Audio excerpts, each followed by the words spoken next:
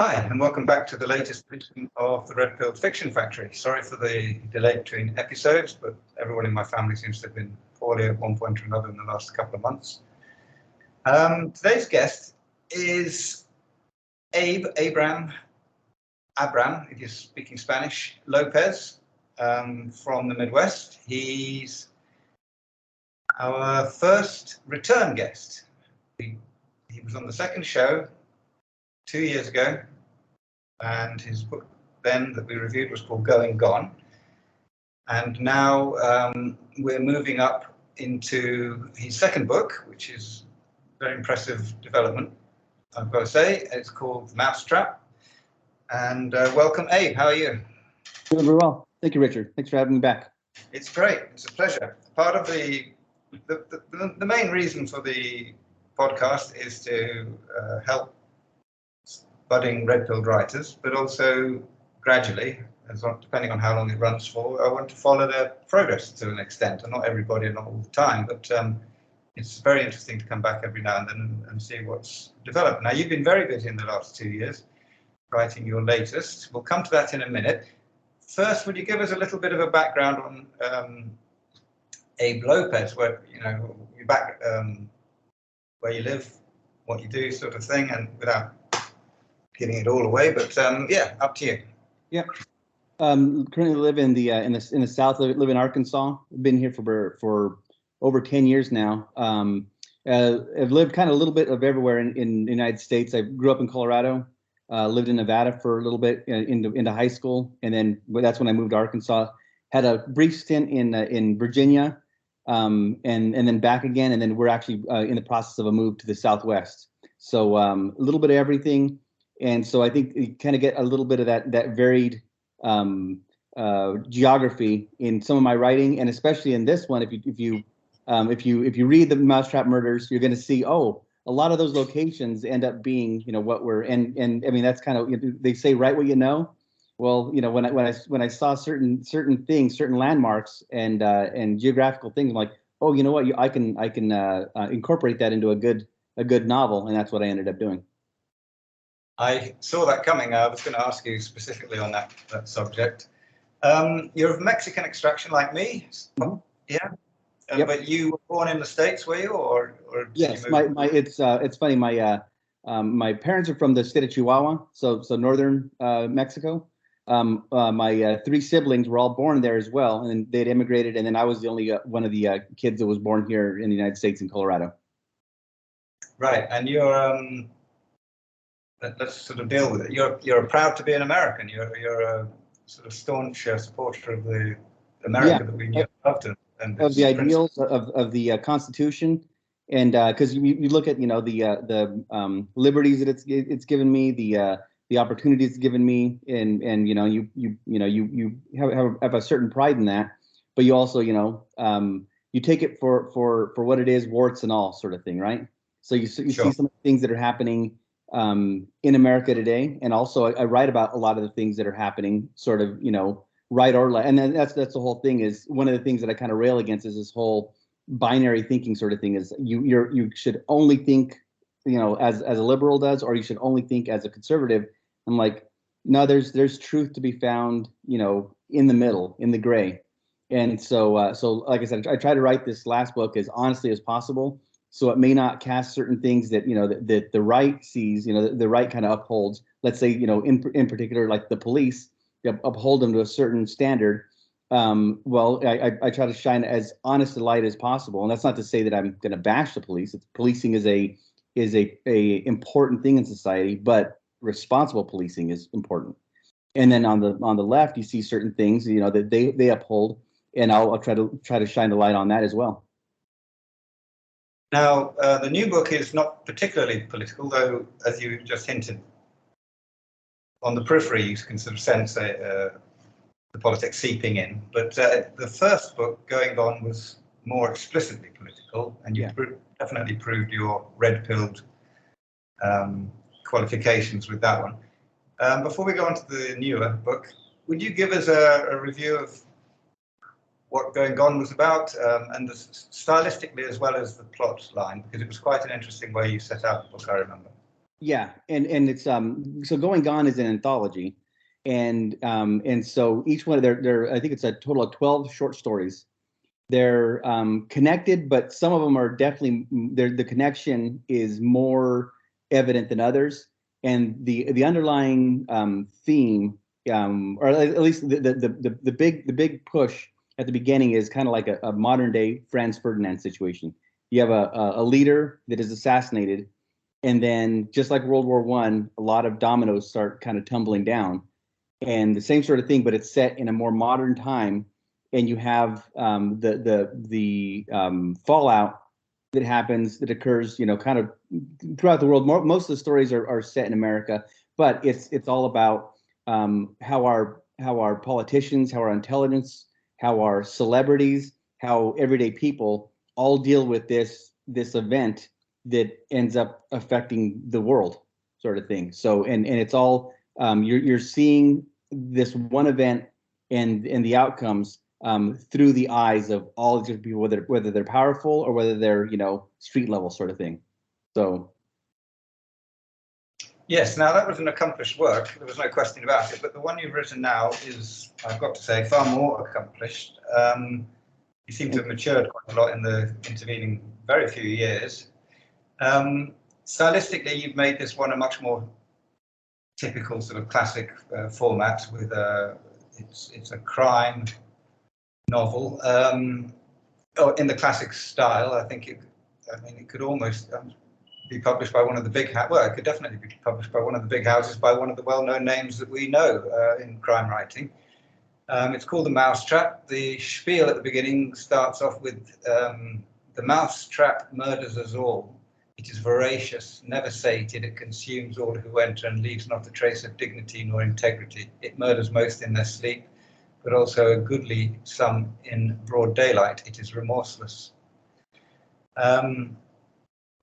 And it starts off with a sort of classic crime novel start. A man wakes up in his car, unaware of how he got there, and shaken by his loss of memory, he drives home not knowing what in 24 hours. That's in 24 hours he'll be in jail, arrested for a most serious crime. Though a mountain of evidence points to his guilt, he maintains his innocence. He is sentenced to be executed for a crime he did not commit, yet has no way of escaping his deadly and unjust fate. So this is one of the mousetraps in the story. There are various, I think. And then we get to see how his family rally together and, against all the odds, do what they can to bring him out. Now, before we get into the nitty-gritty, what was your thinking when you shifted from a sort of more political, more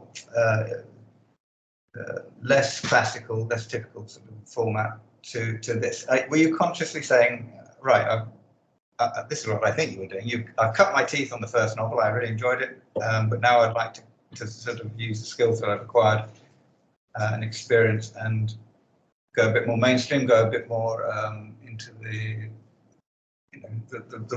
real literary world, rather than being on the periphery somewhat. yeah, just exactly right. What it was is, for me, is like I've always liked short stories, and the anthology was nice because it was a series of short stories, and I could kind of get my arms around, each one of them pretty easily, go through and edit them however I wanted, and get that done fairly easily. But with a full narrative, you have to have a story, and you have to all the connecting parts and everything else. And it's like, okay, well, it really was a nice stepping stone from an anthology into this novel. And so that was the mindset. I was like, and I've had this story in mind for a while. Actually, it was when I was back in Virginia, and I specifically had the idea. A couple ideas were the main drivers for it. For one, there was a documentary. It's called Murder on a Sunday Morning, and it was about a kid that had gotten accused. He's accused of killing a woman, an older lady, and the old woman's husband identifies him, but he's still halfway traumatized, and the police even bring the kid over in the back of a squad car, so they're already kind of framing, oh, this could be him. And then from then on, the police build their whole story around this kid being the murderer. So and they kind of ignore some evidence that points to something else, and whatever else. And I was kind of thinking, okay, what would happen if something like that were to happen, in a story of my own making, where you have a lot of evidence pointing to somebody, but there is other evidence that maybe there's something else going on. And then one of the other ideas was actually when I was back in Virginia, and I had a Nike GPS watch, which plays a little bit of a role in my story. And I was just thinking, is like, what would happen if you hook it up and the information that the Nike watch is telling you on your computer screen, you're supposed to show your route and your pace and your elevation. Well, what if it told you that there was some other place that you had gone and you couldn't explain why? And from those two kind of germs of an idea of ideas, I kind of merged them together, and I said, okay, well, what happens next, and what happens, and that's where we're not talking about a short story anymore. How do I extrapolate that into a full story? And that was the hard part, but it was also very rewarding because you see you have the full story now, and so that's kind of what I was thinking. There are lots of very clever little tricks like that throughout the novel, and in fact, if there was, I almost hate to say it, but if there was a serial killer out there, you'd do well to read it, because it provides a solution to how never to be caught, basically, if you're clever enough. Like, I don't think most of them are clever enough, but yeah, it's very tantalizing and clever the way you've included things like that throughout. Give us a bit of a synopsis on the plot. The protagonist, well, it's hard to say who the protagonist is. The guy that gets set up is another Latino living in the States. We don't hear too much about his sort of world. It's quite short and sharp, the introduction, where he gets basically sucker punched by a serial killer and then quickly by the police as well. And the next thing we know, he's in a state prison. Go on, give us a little bit of a synopsis of the plot. Yeah, well, and like you say, it's like I kind of introduce the person that's that ends up being jailed as I kind of introduce him a little bit as a protagonist, but it ends up being that he's more of a secondary character. I use him as kind of a vehicle for pushing everything else forward. And then the actually I call them dual protagonists, the man and wife. It's his sister and her husband, who then take this little germ of an idea and push it forward. And what it is like you had said in the little introduction, is a man just wakes up in his car, and he doesn't know where how he got there. He gone out for a run, but he doesn't remember any part of the run. He doesn't remember getting back. He doesn't remember getting in the vehicle, and he's there. He doesn't know what's going on. So he goes home to his apartment, and then he kind of figures out that things are a little bit not what they seem, and so he goes back to kind of try to put some things together, and then ends up he walks right back into what ends up being a crime scene, and he gets in prison, and it turns out pretty quickly there's a lot of evidence, physical evidence, that he did something pretty reprehensible, and he ends up getting the death penalty for it. And to him, he's like, well, I'm innocent, but there's no way that I can prove I'm innocent. There's all this evidence, pointing to me. And then and the big shift ends up being that and I think it's on the back of the book as well, and on Amazon, if anyone wants to take a look, it says a postcard arrives, and that postcard is kind of the big shift, where there's a witness, and it says, I know you didn't do this. And then from there, the man's sister and her husband gather the information from that witness and then run with it. And it's kind of one clue gathering adventure after another. It's like, well, this is pointing here, we're not sure why. And then this is pointing here, we're not exactly sure why. And then there's a kind of a big revelation of, oh, this is a little bigger than what we thought. And then there's the big conclusion. And like I said, I try to make it as much of a kind of a crime novel, a crime thriller, and with some little hints here and there to where if people are like me and you're watching TV or whatever else, and you see something in the background, you pause it because you want to figure something out. I always use the example of Mr. and Mrs. Smith. In the background, there's a Jeopardy on the TV in the background, and I pause it, and I have to go and read what the clue is so I can figure out what the clue is. That's just how I am. And so there's a few things in here where if you're kind of like me, you can stop the book for a second and see if you can figure out some of these clues. But hopefully, if you just want to read right through it, it's entertaining enough that you can just keep on reading, and it'll still be a good surprise for when things get revealed. Yes, I'd second that. It's definitely a page turner. It definitely draws you in emotionally. The poor guy is Julian, isn't it? That goes into jail. He's is Julian the character? Yeah. Yep. Yeah. He's kind Yeah. of an everyman, and you very quickly, it's a bit Hitchcockian. You sort of see yourself as him, and the hopelessness of this, and you're in prison, and you're on death row, and you're even you have some doubts to an extent as to whether you're guilty or not. So it is kind of it draws you in because technically this could happen to anyone, and indeed several of the characters we learn that others have gone all the way through to the death penalty for absolutely nothing and complete innocent. And this is where I found this very welcome, because normally in a crime story, the police are the good guys, like you say, and the criminals the bad guys, and then there's a victim in the middle. But we can see quite clearly where you're coming from. That I think it's probably always been the case, let's be honest. But there seems to be a progression or sort of degeneration in the skills and abilities of police in many ways, not technically, but in other areas, where they really have abandoned their original goals, which is finding the criminal and putting him away as quickly as possible. And they're very much bureaucrats. They're they've got their own personal prejudices, and that adds to the sense of despair you feel for this character. Was that a major theme in the novel, basically, isn't it? You want to highlight that. This cookie cutter world we all think we live in there's a lot more behind the scenes than we're aware of. Yeah, I mean, for sure, because I tell my wife this all the time. Whenever we happen, I don't watch TV that often, but every once in a while we'll hotel or whatever else, and it just be regular mainstream TV, and like either CSI or Law and Order or something else like that will come on. And for one, the writing seems to be very, I don't know, very very cookie cutter.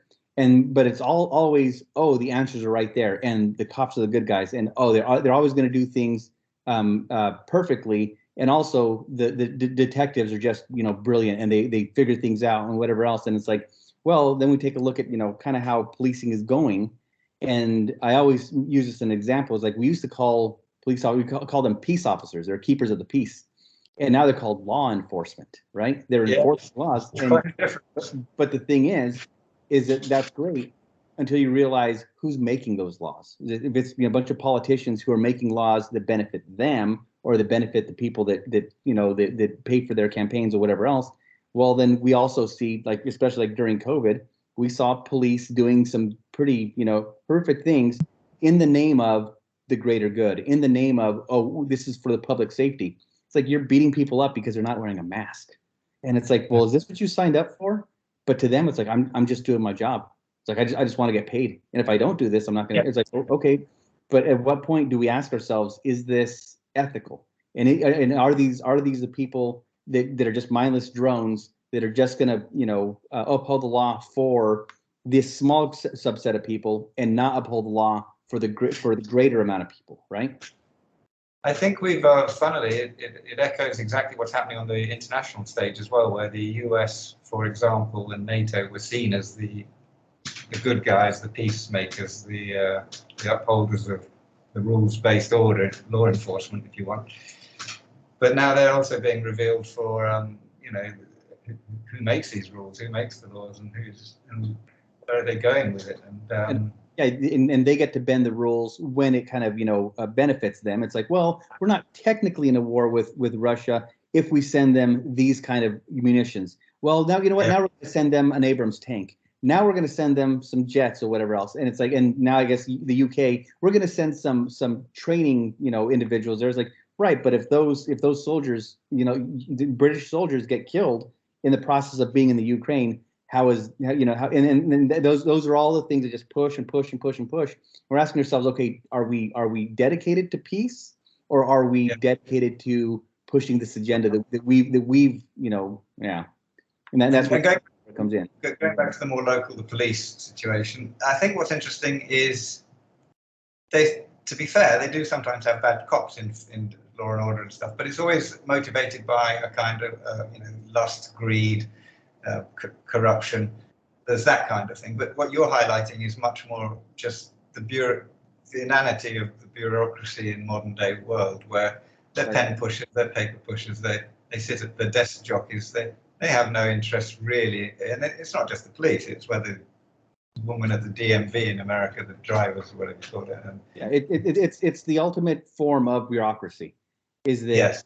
you end up making more jobs just because that's what bureaucracies always do. They kind of compound upon on themselves, and then at the end of the day, you just don't want to be bothered, and you want to be able to put a file away in like I say, is that they don't really care about justice so much as saying, oh, we caught the guy, whether it was really him or not, they don't care, as long as I can say stamp it, case closed, put it in the file, and on to the next thing, sort of thing, right? And I kind of compound this a little bit with the killer knowing the legal system, pretty well, and knowing, hey, if I get close to these guys, I can kind of, move them in a direction that I want them to move, sort of thing. And that's actually kind of historically accurate with certain killers. They have a fascination with police, and they seem to like kind of buddy up with police. Certain killers have, and so I kind of merged that a little bit into our antagonist's personality. Now, you just alluded to something there, but it also comes across in the book. Your background knowledge seems to be pretty impressive on the police and the kind of world that you're writing about, which isn't, a lot of it is just a normal American sort of suburban world, but there are little things that reveal a much deeper insight, I think, into technologies and the way the police work and so on. What is your professional background? You don't have to go into details, but did that help illuminate your writing, or did you just bury yourself in research and true crime novels? Yeah, I'm a computer programmer, but I think depending on what kind of personality you have that fascination for like just the curiosity, just general curiosity, right? And like crime and criminology has always kind of been one of those things that I've always kind of been into, to take a look at how do the police deal with certain things, and that documentary, The Murder on a Sunday Morning, I actually watched that in a criminology course when I was going back to school to get my programming degree, which was kind of funny. But one of the things I remember is our instructor, who I forget what role he'd had before, but he was talking about, you talk about like DAs and prosecutors and the relationships they have and everything else. And one of the things that he had mentioned, and that people that have been in the legal system before, whether it's in jails or part of the police or whatever else that they'll mention, is like when you're cutting, they'll offer you a plea, right? It's like even whether you say you're guilty, innocence or guilt, doesn't matter. They're going to offer you a plea. This is a good deal, they'll tell you, right? But basically, if you say no, I'm innocent, I'm not going to take a plea deal, they'll say, well, I'm going to come after you harder. I'm going to make this worse if you don't take this plea, because they're not interested in getting the innocence or guilt. They're just interested in closing the case. And if you take a plea deal, they don't even have to go to trial, right? And you look at how many of these cases actually go to trial. It's very few. And we have this this notion from TV and from movies. Oh, it always goes to trial, and the guilty always go to jail, and the innocent always go free. And it's just not the case. And so it's those little intricacies that I tried to detail in the book. And why was that? What this sort of insight? What drew you towards crime, as opposed to, say, a thriller or a political corruption novel or something? Yeah, it was that you see certain things in you start seeing certain patterns in either the quote unquote news or whatever else, and you see how and like I said, I don't envy the police their job, especially now, because anything they do, it's going to be seen as, and the other thing is that I'm sure there's a lot of good cops, but then you also see some stuff where they either turn their back on certain things that are going on, or they just don't act, or they overreact, right? And so I was just thinking, I had this germ of an idea, and then I also had this interest in kind of the criminal system anyway. And so just doing a little more research and kind of figuring out, okay, how does my story fit into the real world modern American criminal system? And I tried to be as truthful and as accurate as possible with while still making it entertaining. Yeah, I think you do a very good job. Let's come to the settings and locations that you mentioned earlier. There's some quite curious ones. I had to stop several times and Google places you were talking about, because you seem to have discovered little corners of an otherwise sort of mundane American landscape, and brought them to life. The most interesting one of all of them is this sidewalk outside of a university. Would you tell us a bit about that? I mean, but it's not everyone. You tend to draw on cleverly. And like you say, I was talking about write what you know, and all these places for the most part are places that I've either visited or lived for a while. The college in Colorado, my sister actually graduated from there, and I grew up like I don't know 15 minutes from Alamosa, where Adams State is, and so that's kind of how I know that. Arkansas, like I said, I've been here. My wife graduated from there. I did as well, and Senior Walk is like it's pretty interesting that they put so much effort into it, and it's also kind of a very unique sort of. And while I was going there, I was thinking, somebody could leave something out here, because explain what it is, would you please, Abraham, for people who don't know. I didn't know, that's for sure. Yeah, but it's quite interesting. And when I told people, they're like, "There's no way," and I was like, "Oh, go and Google it." Well, what it is, I think they started in 1905, and then they ended up going back to like the earlier years. I think they started in the 1880s or something, or 1870s. Every graduating class from the University of Arkansas has the year they graduated, and then every single name of the graduate inscribed in the sidewalk. And so it goes on for like a few miles, and there's over 200,000 names at this point in the sidewalks, like all winding all the way around the university. And so you're going through from one building to another, and they're just name upon name upon name in that university. And so, like I said, if I was gonna leave a message somewhere, if I could do it clever enough, you could use that as a big database. In plain sight. People can walk on this. It's an actual sidewalk. Yeah, it's an actual sidewalk. Yep. And the names don't get worn away over time. No, I mean there's been some of the older pieces that are like 100 or more, like 150, I guess at this point, years old. They've ended up replacing.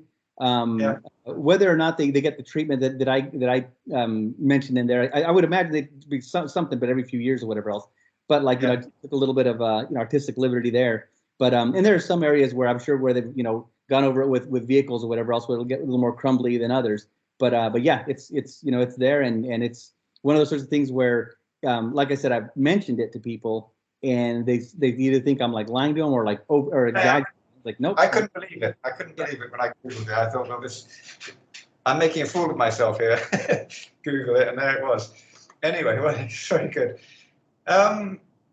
Now, the book is much more mainstream than your last one. It's very professionally written. It does all the things that a crime novel is meant to do. Tell us about the publishing history. It has been published by a company. It's not you, and that in itself speaks volumes. But how did you go about that process? It's actually just I just went through Amazon's KDP publishing is all I did. So basically, this because I wanted to be professional and also like have that kick. Like there's certain parts of it that I would have gone a little further, a little deeper into, but it got it professionally edited, which is good. And then the cover professionally done or whatever else. But everything else is just kind of self-published through Amazon. Oh, okay. I thought I misunderstood. Why didn't you go to a bigger publisher then? Because you've entered into the big leagues now. This is the kind of book that can land on a desk. It's not political in the sense that it's going to upset anyone. one of the pink-haired editors with bones through a nose. Why haven't you thrust it under their noses? Well, and that's kind of what I'm in the process of now is basically kind of figuring out. It's like, well, if I can find, and like I said, I'll be looking at doing some more of these interviews and trying to get it as discovered as possible, sort of thing, right? Because because you're exactly right. And I was thinking about it, the whole elevator speech. It's like, how do you with my previous book, Going Gone? It's an anthology. You can kind of summarize it, but you have to get a little more into depth. With this one, it's crime thriller, and you can explain it very quickly. And I agree. Yeah, and it's also got film written all over it as well. It's I see Michael Douglas. Well, 20 years ago would have been Michael Douglas, or those characters. It just seems very natural material for a film. Yeah. So I think you should get it out there, because it ticks all the boxes. We tend to feel a little isolated and a little inferior, I think, sometimes as red-pilled writers, because we are trying to, the red-pilled element holds us back to an extent, especially in the publishing world, and it puts us automatically into a kind of niche that isn't mainstream. But if you are going to write a book that is mainstream and is professionally written, there's nothing holding you back. You're a runner alongside all the other runners in the competition to get published. Yeah. So you'll establish your red-pilled views in your first book. That was 2 years ago. It was the beginning of COVID, which is why I started the podcast in the first place. I was figured we were going to be locked up for 2 years. We might as well read books and talk to someone. But have you now? Quite a lot has happened since then. Not as much as perhaps some of us would have hoped. But how do you see the trajectory that the US has taken since then, and where it's headed, and generally the situation in America and the world, if you like? Yeah. I think there's. And I think you'd mentioned it too. Is like certain movement, but not nearly as much movement as you would hope. Where people many more people are seeing how the extent to which they were deceived during COVID. How much they were lied to. But then the part that bothers me, even though it shouldn't surprise me, is how complacent people are with. Yeah, they lied, but they were just trying to do their best. Or yeah, they lied, but they're what do you expect them to do?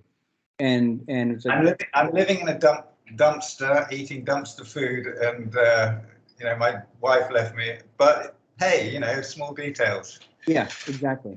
And so what I see is some positives and negatives of things like, let's say, like Twitter. Like you have and with Elon Musk buying it and definitely being more wanting to expose more things. But I kind of also feel like there's still some limitations with Twitter, because I think people are still kind of getting shadow banned, and certain things are still kind of you don't get nearly as much exposure as if you're saying all the right things because you want engagement instead of just telling the out and out truth. And so in that regard, you wish more people would be awake, woken up, and be open to, hey, what's going on at our border? What's going on in the inner cities? What's going on with our homelessness problem? What's going on with the fentanyl crisis? What's going on with all these things? Why can't we just be open about it and say, these policies obviously don't work. Let's figure out what does work. And mind you, these from the same, you're trying to convince the same people that are telling you, for the good of everyone, because we're all in together, and for public health, let's put a mask on, let's get jabbed, and this. Like, okay, well, what about the things that are actually killing people or that are actually going on? Why don't we discuss these things and say, well, you care about people, let's figure out how to help people for real. But if your policy goes against what the ideology they're rooting for, then they don't want to hear it. And it's like, okay, well, then that's why I say ideology is like a brain disease. Yeah. Let's not think about ideology. Let's just say what works, and let's do that.